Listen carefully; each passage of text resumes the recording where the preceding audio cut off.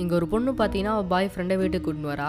சிகரெட்லாம் பிடிக்காத, எடுத்து உள்ள வை. சரின்னு சொல்லிட்டு அவனும் எடுத்து உள்ள வைக்கிறான். அதுக்கப்புறமா அந்த வீட்டுக்குள்ள வந்து ஒரு ஏலியன் மாதிரி ஒருத்தன் வந்து ஹாய் காட்டுறான். உடனே அந்த பொண்ணு இதை வரம்பா அப்படின்னு சொல்லிட்டு போறா. அதுக்கப்புறமா அந்த பொண்ணு அவங்க அப்பா கிட்ட இவனை பத்தி சொல்றா. இவன் தாப்பா ராஜா, அப்புறம் இவன் தான்டா என்னோட அப்பா அப்படின்னு சொல்றா. அதுக்கப்புறம் ரெண்டு பேரும் பாத்தீங்கன்னா ஹேண்ட் ஷேக் பண்ணிக்கிறாங்க.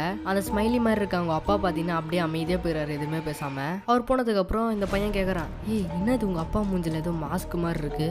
அதெல்லாம் ஒண்ணு இல்லடா, வா வீட்டுக்குள்ள அப்படின்னு கூப்பிடுறா. டைனிங் ரூம்ல பாத்தீங்கன்னா அவங்க அம்மா இருக்காங்க. அவங்களும் பாத்தீங்கன்னா ஏதோ ஸ்மைலி மாதிரி ஒரு மாஸ்க் போட்டிருக்காங்க. அந்த பொண்ணோட அப்பா பாத்தீங்கன்னா இவனை உட்கார சொல்றாரு சோஃபா மேல. இவனை உட்கார்ந்ததுக்கு அப்புறம் அந்த பொண்ணோட தம்பி வந்து உட்காரான். அவன் மூஞ்சி அப்படிதான் இருக்கு. அதுக்கப்புறம் டைனிங் ஹால்ல எல்லாரும் உட்காந்து சாப்பிட்டு இருக்காங்க. அந்த பையன் கேட்கறான், ஏன் எல்லாரும் அமைதியா இருக்கீங்க? அதுக்கு எல்லாரும் சிரிக்கிறாங்க, அதுவும் சத்தம் வராம. அந்த பையனுக்கும் பாத்தீங்கன்னா ஒரு சந்தேகமா இருக்கு. உடனே அவனும் பாத்தீங்கன்னா அந்த பொண்ணு கிட்ட கேட்கறான், உங்க வீட்டுல இருக்க எல்லாரும் மூஞ்சி எப்படி இருக்கு, ஆனா உன் மூஞ்சி மட்டும் ஏன் அப்படி இருக்கு அப்படின்னு கேட்கறான். உனக்கு உண்மையிலே என் மூஞ்ச பாக்கணுமா? ஆமா. அதுக்கப்புறம் அந்த பொண்ணு கத்தியத்த உன் மூஞ்சி கிழிச்சா பார்த்தா ஸ்மைலி ஃபேஸ். இப்போ உன் முகத்தை காட்டு.